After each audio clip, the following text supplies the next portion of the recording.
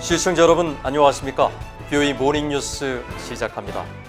북한 자유이주민 인권을 위한 국제의원연맹 총회가 서울에서 열려 북한 내 열악한 인권 상황에 대해 개선 노력을 촉구하는 공동선언문을 채택했습니다. 총회에 참석한 유엔 북한인권 특별보고관은 한국 정부의 북한군의 총격으로 사망한 한국 공무원 피살 사건 경위를 명확히 밝혀내 책임 있는 대응을 할 것을 촉구했습니다. 조상진 기자가 보도합니다. 북한 자유이주민 인권을 위한 17차 국제의원연맹 총회가 24일 한국 서울에서 열려 북한 정권에 의한 외국인 납치 문제를 집중 조명했습니다.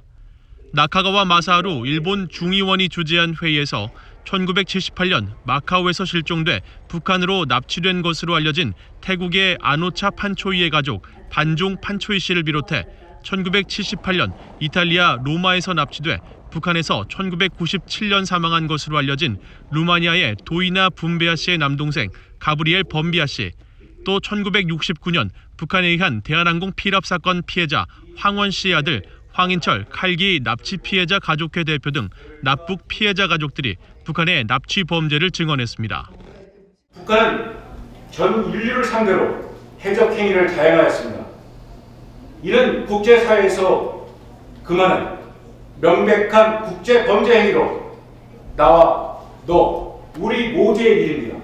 외면하지 말아주십시오. 북한에 의하여 자행된 외국인 납치 및 강제 실종 문제를 해결할 수 있는 유일한 길. 총회에 참석한 세계 각국의 의원들은 북한 당국이 자행하는 광범위하고 체계적인 인권 침해 중단을 촉구하는 8개 항의 공동 선언문을 채택하고 북한 정권의 인권 유린을 규탄했습니다. 의원들은 공동 선언문에서 북한 주민에 대한 정치, 경제, 사회, 문화 등 모든 부분의 권리가 심각히 침해되고 있다면서 이는 북한 당국에 의한 반인도 범죄에 해당한다고 지적했습니다. 또 유엔 안보리의 북한 내 인권 상황에 대한 국제 형사재판소 회부 검토 등에 대한 지지를 거듭 강조하고 미국과 한국 정부에 대해서는 남북 회담이나 비핵화 회담에서 북한과의 인권 대화에 적극적으로 나설 것을 촉구했습니다. 토마스 오에아 퀸타나 유엔 북한 인권 특별보고관은 최근 북한군에 의해 피격 사망한 한국인 공무원 유가족이 북한과 한국 정부에 조사를 촉구하며 홀로 대응하고 있는 데 대해 지지와 지원을 보낸다고 밝혔습니다. 그러면서 유가족의 권리를 위해 한국 정부가 책임지고 사건에 대응할 것을 촉구했습니다. To know exactly what happened, the right to truth, and also the right to seek justice if a crime was committed, the right to be compensated. 퀸타나 보고관은 또 최근 북한이 탈북민에 대한 비난 수위를 높이고 있다며 탈북민들의 활동이 위축되면 북한 내 인권 유린 실상을 알리기 어려운 만큼 탈북민과 탈북민 단체, 북한 인권 단체들을 보호하고 지원하는 것이 한국 정부의 역할이라고 강조했습니다. BOA 뉴스 조상진입니다. 미국의 핵개발연구소가 F-35 스텔스 전투기의 첫 전술 핵폭탄 투하 실험을 성공적으로 진행했다고 밝혔습니다. 음속으로 비행하는 전투기에서 전술 핵폭탄을 투하하는 실험은 이번이 처음이었는데 미국과 동맹의 억지력 강화에 큰 도움이 될 것으로 전망됩니다. 김동현 기자입니다.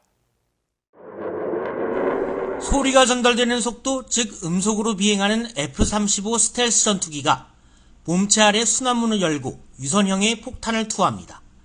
잠시 뒤 폭탄은 밝은 섬광과 기체를 내뿜더니 360도 회전을 하며 목표 지점에 내리꽂혔습니다. 미국의 3대 핵무기 개발 기관인 샌디아 군립연구소가 23일 공개한 스텔스 전투기 F-35A 라이트닝2에 장착한 B-61-12 개량형 전술 핵폭탄의 첫 적합성 시험 모습입니다. 샌디아 군립연구소는 이번 실험이 지난 8월 25일 네바다주 토노파 시험장에서 성공적으로 진행됐으며 핵탄두를 제거한 모형 B-61-12를 1500피트, 약 3.2km 상공에서 떨어뜨리는 데 걸린 시간은 약 42초였다고 밝혔습니다.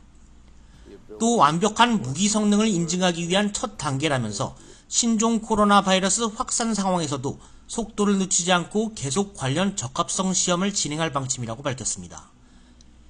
이어 F-35A 전투기의 B-61-12 장착은 미국과 동맹의 억지력에 매우 중요한 역할을 할 것이라고 강조했습니다.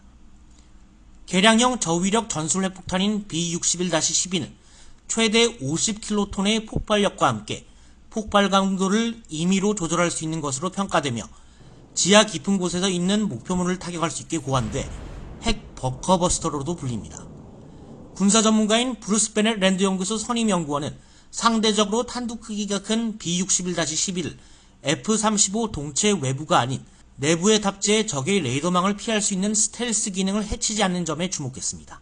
But if you put it on the outside, what you're doing is you're destroying the stealth capability of the aircraft.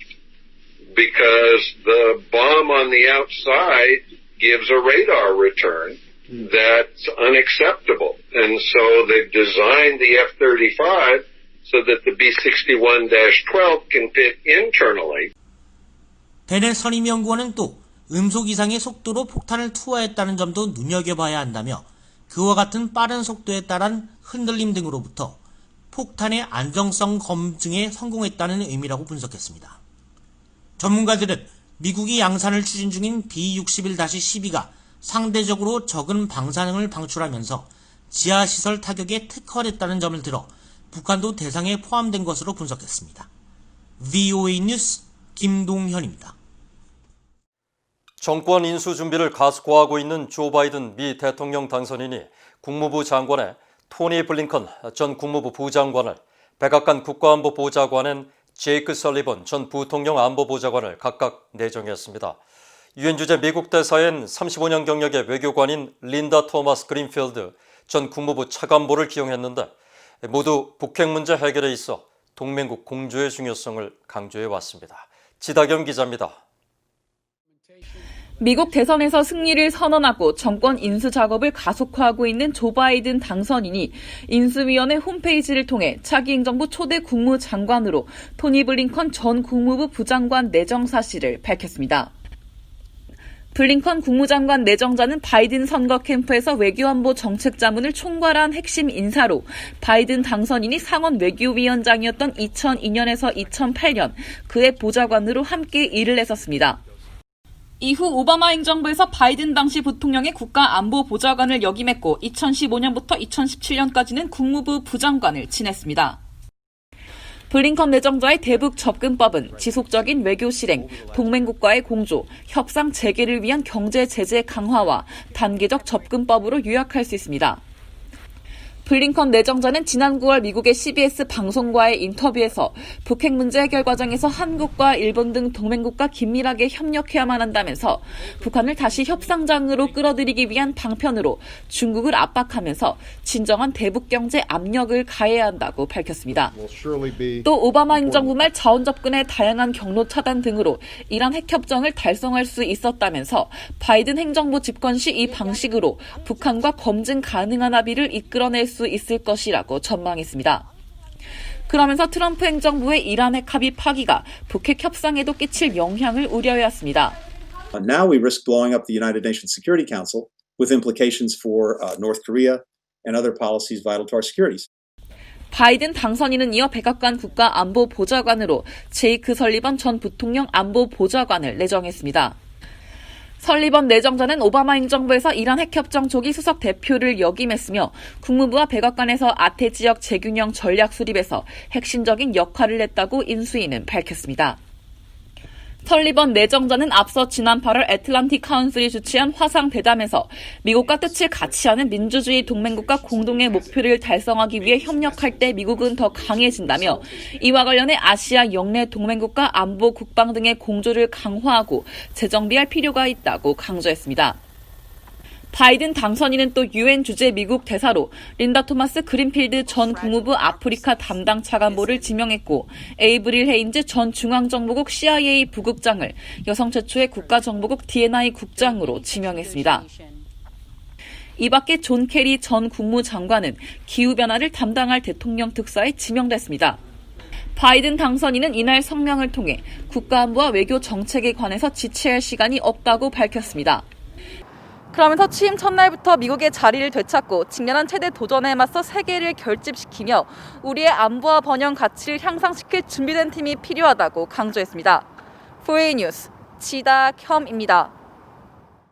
미국 국무부가 아시아태평양 지역의 세계 최대 경제 공동체가 출범한 데 대해 미국과의 공정한 교역관계 구축을 촉구했습니다. 국무부 대변인실 관계자는 23일 BOA에 최근 아시아태평양 15개 나라가 영내 다자간 자유무역협정인 영내 포괄적 동반자 협정을 출범한 데 대해 미국은 아시아태평양 파트너들과의 공정하고 상호적 교역을 지지한다고 밝혔습니다.